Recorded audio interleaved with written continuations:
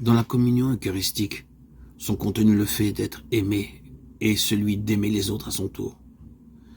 Une Eucharistie qui ne se traduit pas en une pratique concrète de l'amour est en elle-même tronquée. Réciproquement, comme nous devrons encore l'envisager plus en détail, le commandement de l'amour ne devient possible que parce qu'il n'est pas seulement une exigence. L'amour peut être commandé parce qu'il est d'abord donné. C'est à partir de ce principe que doivent aussi être comprises les grandes paraboles de Jésus. Du lieu de sa damnation, l'homme riche, Luc 16, 19, 31, implore pour que ses frères soient informés de ce qui arrive à celui qui a, dans sa désinvolture, ignoré le pauvre dans le besoin. Jésus recueille, pour ainsi dire, cet appel à l'aide et s'en fait l'écho pour nous mettre en garde, pour nous remettre dans le droit chemin. La parabole du bon samaritain, Luc 10, 25, 37, permet surtout de faire de grandes clarifications, tandis que le concept de prochain se référait jusqu'alors essentiellement aux membres de la même nation et aux étrangers qui s'y étaient établis dans la terre d'Israël, et donc à la communauté solidaire d'un pays et d'un peuple. Cette limitation est désormais abolie.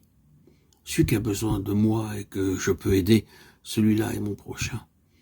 Le concept de prochain est universalité. Et il est universalisé et reste cependant concret. Bien qu'il soit étendu à tous les hommes, il ne se réduit pas à l'expression d'un amour générique et abstrait qui en lui-même engage peu. Mais il requiert mon engagement concret ici et maintenant. Cela demeure une tâche de l'Église d'interpréter toujours de nouveau le lien entre éloignement et proximité pour la vie pratique de ses membres. Enfin, il convient particulièrement de rappeler ici la grande parabole du jugement dernier, Matthieu 25, 31-46, dans laquelle l'amour devient le critère pour la décision définitive concernant la valeur ou la non-valeur d'une vie humaine.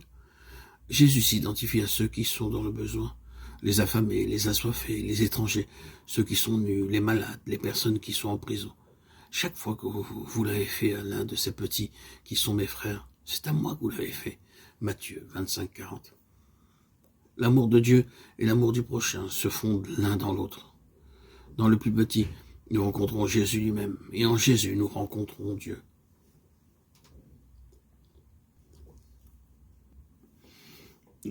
Dans l'amour de Dieu, dans l'amour de notre prochain,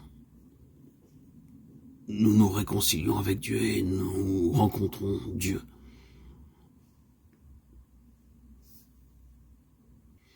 C'est un principe clair.